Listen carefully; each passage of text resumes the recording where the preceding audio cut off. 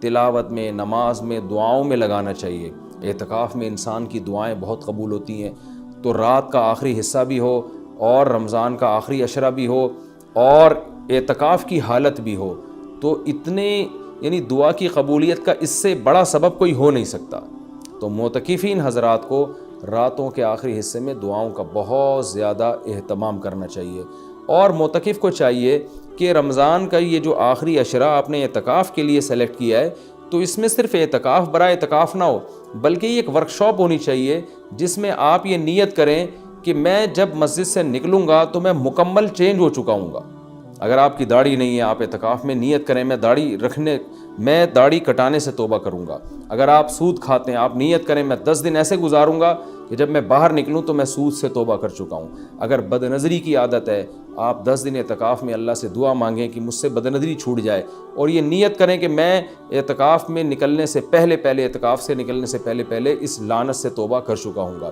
اگر آپ کو دھوکہ دینے کی عادت ہے، بد اخلاقی کی عادت ہے، ماں باپ کا دل دکھانے کی عادت ہے، بیوی کا حقوق نہیں ادا کر رہے، بچوں کے ساتھ رحمت والا معاملہ نہیں کر رہے، اخلاق خراب ہے آپ کے، ان تمام بیماریوں سے اور ان تمام گناہوں سے توبہ کا فیصلہ کریں۔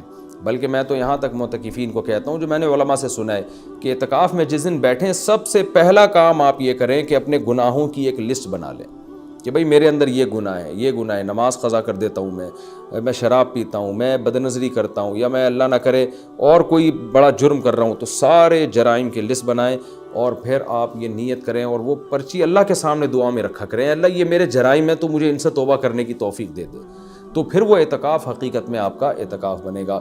اور میں نے اپنی زندگی میں دیکھا ہے کہ جنہوں نے صحیح طرح سے اعتکاف کیا ان کی زندگیاں ہمیشہ کے لیے تبدیل ہو گئیں۔ اکثر توبہ کرنے والے وہ ہوتے ہیں جو اعتکاف میں جا کر ان کو توبہ کی توفیق ملتی ہے۔ تو یہ بہت بڑی عبادت ہے، اس کا اہتمام کرنا چاہیے۔ دوسری بات، پہلے دن سے اپنا عبادت کا کوئی اسکیجول بنا لینا چاہیے۔ ایسا نہ ہو کہ آپ آگے بیٹھ گئے، اب سوچنے میں 3 دن گزار دیں گے کہ آپ نے کرنا کیا ہے۔ تو اپنا ایک اسکیجول بنائے کہ بھئی تہجد کتنی، تراویح کی تو پابندی کرنی ہے، تہجد کتنی پڑھنی ہے اور کتنے پارے اس میں پڑھنے ہیں، یا کتنی مقدار میں تلاوت اس میں کرنی ہے، تسبیحات کتنی کرنی ہے، کون سی کرنی ہے، دعا کس وقت مانگنی ہے، کتنی دیر مانگنی ہے، یہ پورا ایک اسکیجول پہلے سے ہونا چاہیے آپ کا۔ کھانے پینے کی ترتیب تو پہلے دن بن جاتی ہے کہ سحری کون لے کر آئے گا، افطاری کون لے کر آئے گا، اور رات کا کھانا کون لے کر آئے گا، اور چائے کب پینی اور کون کس وقت لے کر آئے گا، یہ تو ترتیبیں پوری بن جاتی ہیں۔ تو یہ تو آپ باہر بھی کر سکتے تھے یہ کام، اعتکاف تو عبادت کے لیے ہے، تو عبادت کی ترتیب بنانا یہ چائے اور کھانے پینے کی اور پکوڑے اور سموسوں کی ترتیب سے زیادہ ضروری ہے اعتکاف میں۔ تو شروع میں اس کا اسکیجول بنا لینا چاہیے۔ اس بارے میں کچھ مسائل بھی ہیں کہ اعتکاف کن چیزوں سے ٹوٹتا ہے۔ پہلی بات تو یہ ہے کہ اگر آپ کا روزہ ٹوٹ گیا تو اعتکاف بھی خود بخود ٹوٹ جائے گا۔ اعتکاف جب بھی ٹوٹے گا تو قضا 1 دن کی ہوتی ہے اس کی۔ جیسے کسی کا اعتکاف ٹوٹ گیا تو وہ اگلے ہی دن مغرب سے پہلے قضا کی نیت کر لے، اور یہ نیت کرے کہ میں جو آج اعتکاف ٹوٹا ہے اس کی میں قضا کر رہا ہوں، کیونکہ وہ سنت اعتکاف تو اب اس کا ختم ہو جائے گا، وہ ایک قضا اعتکاف کرے اور پھر آگے نفلی اعتکاف کی نیت سے مزید دن اگر باقی ہیں تو مسجد میں بیٹھ جائے، تو وہ 24 گھنٹے روزے کے ساتھ قضا اعتکاف کی نیت کر لے گا، یعنی 24 گھنٹے اعتکاف ہوگا اور روزے کے ساتھ، روزہ جو صبح صادق سے غروب آفتاب تک ہوتا ہے۔ کن چیزوں سے اعتکاف ٹوٹتا ہے میں اس پہ تذکرہ کر رہا تھا۔ ایک، روزہ اگر ٹوٹ گیا تو اعتکاف بھی ٹوٹ جائے گا۔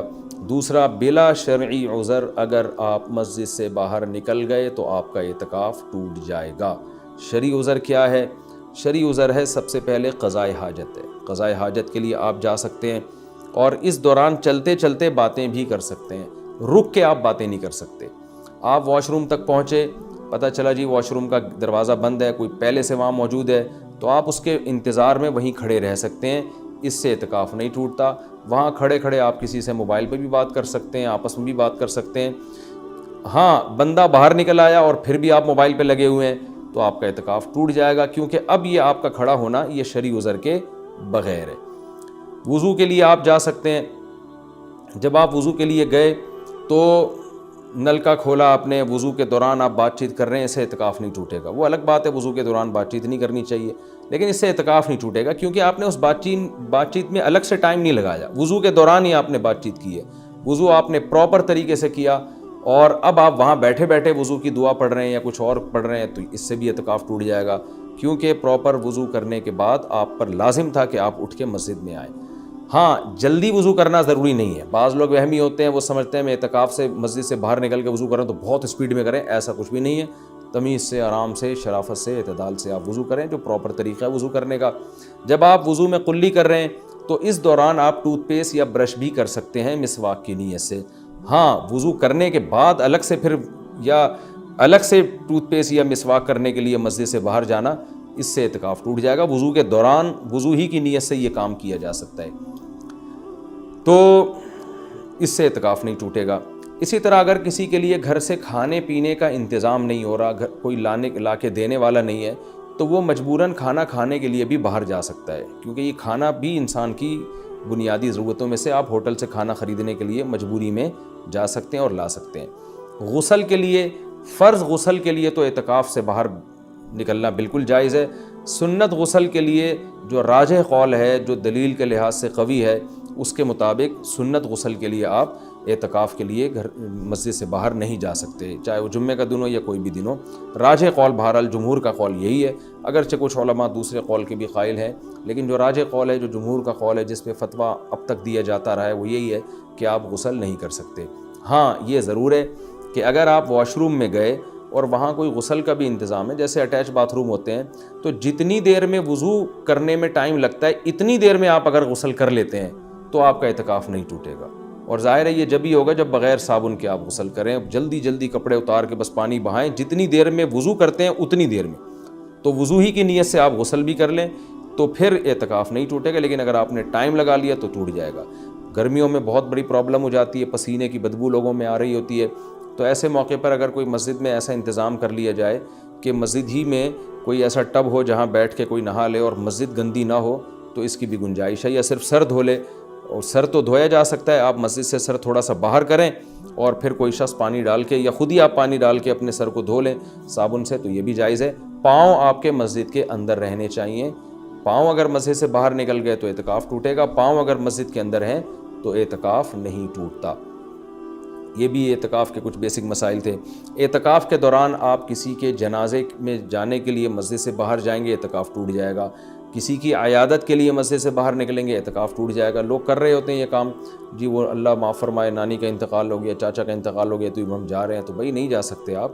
جس کا بھی انتقال ہو گیا اس کے لیے یہیں بیٹھ کے آپ دعائیں مغفرت کریں، اور ان کا جنازہ اگر وہیں آ جاتا ہے تو مسجد کے اندر بعض جگہوں پہ صفیں بنتی ہیں، جنازہ باہر رکھا جاتا ہے تو ٹھیک ہے، مسجد سے باہر آپ نہیں جا سکتے۔ اسی طرح ایک اور بھی گنجائش ہے کہ اگر کسی کو اعتکاف کے دوران پہلے سے پتہ ہے کہ مجھے کسی ضروری کام سے جانا پڑے گا، تو وہ مستثنیٰ بھی کر سکتا ہے۔ یعنی اعتکاف میں بیٹھنے سے پہلے وہ یہ نیت کر لے کہ فلاں دن اتنے ٹائم تک کا جو وقت ہے میں اعتکاف سے خارج کر رہا ہوں، تو وہ فلاں دن جب آئے گا تو وہ مخصوص ٹائم اس کا اعتکاف میں داخل ہی نہیں ہوگا، تو اس دوران وہ مسجد سے باہر جا سکے گا، اس کا اعتکاف نہیں ٹوٹے گا۔ یا وہ یہ کہہ لے کہ جیسے کسی نے پیپر دینا ہے تو وہ یہ نیت کر رہے کہ بھائی میں اعتکاف میں تو بیٹھ رہا ہوں، لیکن میرا ایم اے اسلامیات کا یا میرا اکنامکس کا پیپر ہے، تو میں جب پیپر کا ٹائم ہوگا تو میں جاؤں گا پیپر دینے کے لیے، اور پیپر دے کے فوراً واپس آ جاؤں گا۔ تو پہلے سے جو نیت کر لے گا تو اس میں وہ ٹائم اعتکاف میں داخل ہی نہیں ہوگا، اور اس عمل کی وجہ سے اس کا اعتکاف ٹوٹے گا نہیں۔ البتہ سنت بہرحال یہی ہے کہ پراپر 10 دن تک مسلسل اعتکاف کیا جائے۔ تو یہ کچھ موٹے موٹے مسائل تھے اعتکاف کے۔ اور رمضان میں روزے کی حالت میں سرما لگانے سے، کان میں آنکھ میں دوا ڈالنے سے روزہ بھی نہیں ٹوٹتا، اعتکاف بھی نہیں ٹوٹتا۔ خوشبو لگانے سے نہ روزہ ٹوٹتا ہے نہ اعتکاف ٹوٹتا ہے۔ باتیں کرنے سے بھی نہ روزہ ٹوٹتا ہے نہ اعتکاف ٹوٹتا ہے، لیکن اعتکاف میں زیادہ باتیں نہیں کرنی چاہیے، عمل کو زیادہ فوکس کرنا چاہیے۔ اور اگر کوئی گپ شپ لگاتا بھی اعتکاف میں تو اس سے کچھ نہیں ہوتا، لیکن اعتدال سے مسجد کے آداب کا خیال کرتے ہوئے۔ تو اعتدال سے اگر کوئی مسجد میں رہے اور مسجد کے آداب کا خیال کر کے بات چیت بھی اعتکاف کے دوران کرتا ہے تو یہ ناجائز عمل نہیں ہے۔ ایک بات، جو آخری بات، اعتکاف میں موبائل کا استعمال کم کریں اور اس کو مثبت ایکٹیویٹیز کے لیے محدود کر دیں۔ فون پہ باتیں کرتے رہنا، ویڈیوز دیکھتے رہنا فیس بک کی، یہ تو سارا ٹائم آپ کا فیس بک برباد کر دے گا۔ کوئی کام کی علمی بحث دیکھنی ہو تو ایک الگ بات ہے، لیکن ویڈیو گیم اور ان چیزوں میں اعتکاف کو برباد کرنا یہ بہت بڑی محرومی کی بات ہے۔ اللہ تعالیٰ سے دعا ہے کہ اس رمضان کے اس عشرے کو اللہ ہم سب کے لیے رحمت بنائے، اور اعتکاف میں خاص طور پر اس وبا کے بارے میں، اس وبا کے لیے سب مل کے دعا کریں۔ معتکفین حضرات سے خاص طور پہ گزارش ہے، کیونکہ ان کی دعاؤں کی قبولیت کا امکان زیادہ ہے۔ یہ جو کرونا کی وبا انڈیا میں پھیلی ہوئی ہے، پوری دنیا کو اپنے لپیٹ میں لیا ہوا ہے، لاکھوں لوگ لقمہ اجل بن گئے، پتہ نہیں کتنوں کی موت اور مقدر ہے۔ تو گڑ گڑا کے معتکفین حضرات سے گزارش ہے کہ اس رات اللہ سے دعا مانگے، خاص طور پہ ختم قرآن کے موقع پر خوب اللہ سے دعا مانگیں کہ اللہ اس وبا کو انسانیت سے دور کر دے، اور اس وبا سے ہونے والی تباہی سے اللہ ہم سب کو بچا لے۔ ہم کمزور ہیں اور ہمارے ایمان بھی کمزور، ہمارے جسم بھی کمزور، تو ہم صبر والی زندگی نہیں مانگتے کہ آزمائشیں آئیں اور صبر کریں، بلکہ ہم اللہ سے شکر والی زندگی مانگتے ہیں۔ اللہ تو ہمیں نعمتیں دے اور شکر کی توفیق دے۔ ہاں اگر کوئی مصیبت مقدر میں ہے ہی تو اللہ ہمیں صبر کی توفیق دے، لیکن اللہ ہم سے مصیبتوں کو دور کر لے۔ تو اس وبا کے لیے خاص طور پر دعا مانگنی چاہیے سب کو مل کے کہ انڈیا میں جو حالات ہیں، اللہ ان حالات سے انڈیا کے مسلمانوں کو اور وہاں کے دوسرے انسانوں کو، جو بھی لوگ وہاں بستے ہیں، سب لوگوں کو اللہ محفوظ رکھے اور پوری دنیا کو اس وبا سے اللہ تعالیٰ بچائے۔ شاید اللہ معتکفین کی دعا کی برکت سے اس آئے ہوئے عذاب کو انسانیت سے ٹال دے۔ اللہ تعالیٰ ہم سب کو سمجھنے کی، عمل کرنے کی توفیق عطا فرمائے۔